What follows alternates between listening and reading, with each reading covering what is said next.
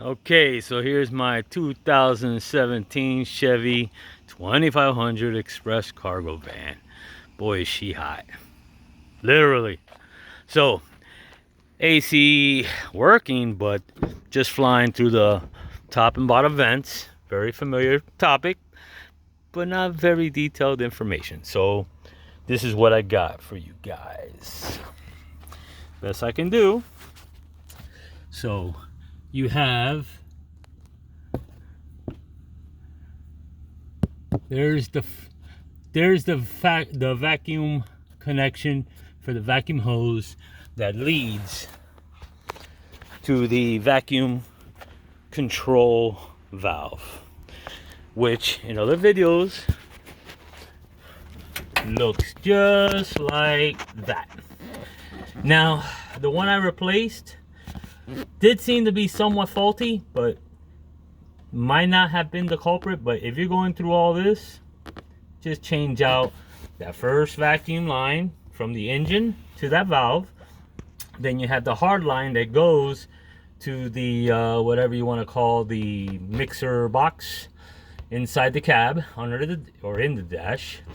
Then you have this line here that connects to a bottle right underneath the battery tray. It's just one, I believe, 8mm. Damn, I should have figured it out. Wait, I still got it here. There we go. That is one. Yes, sir. Excuse me. 7mm. Now, to make life more comfortable, you're gonna wanna don't even have to disconnect it, or disconnect the hose. Just take off the one 10mm bolt. Move the tank to the side. Okay.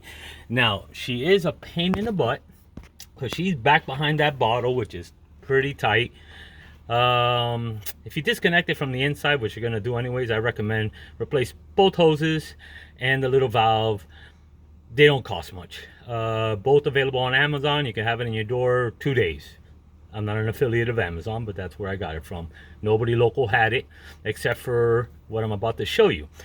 In trying to remove the hose, wouldn't you have it? Once again, this is a 7-year-old GM van. Where did I put that other part? Because you gotta see this. Incredible. Go China. But the ball itself, as you can see right there, just trying to disconnect, twisting off the hose that's, the lead from this. The frickin' stem popped off and I couldn't finish it that day, so I ordered the piece. Once again, Amazon's your friend. So count on replacing this. I forgot what it was, but it wasn't. Well, I guess it was $23. But whatever. I found myself not being able to fix my problem with that. To get to the starting point, which I would say this should be the starting point, to disconnect that hose to replace it, you got to remove this clamp, holding the doghouse in. On the other side, there's one underneath. There's at least one. I didn't feel the second one underneath, but whatever. Pretend there's two down there and figure it out. I didn't have to remove the seat because I just needed to gain access enough to get to that spot. Win-win.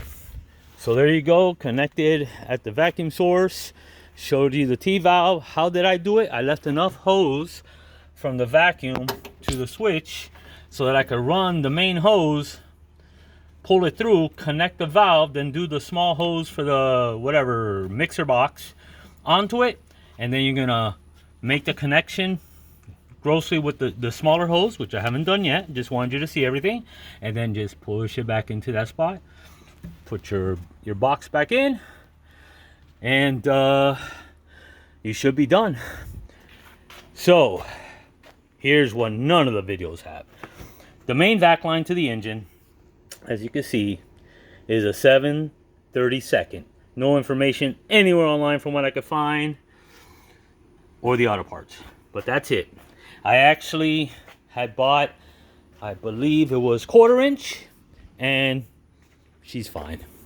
But 7/32 is the size, and of course I remember, I already threw away the old main hose, because these hoses are all deteriorated, but there you go. So the small one is gonna be 5/32, and that was actually marked on the original hose, which is why I didn't go ahead and keep it.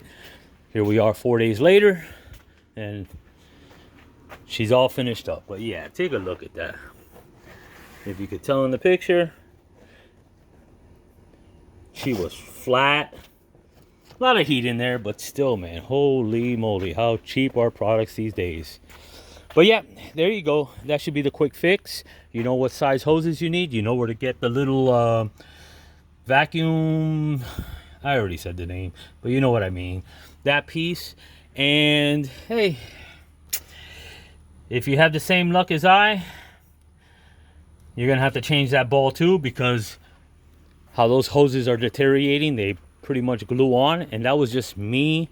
Yeah, I wasn't being so gentle, but I was just twisting and pulling. No tools, no nothing. And that nipple came off, and there killed the repair for that day.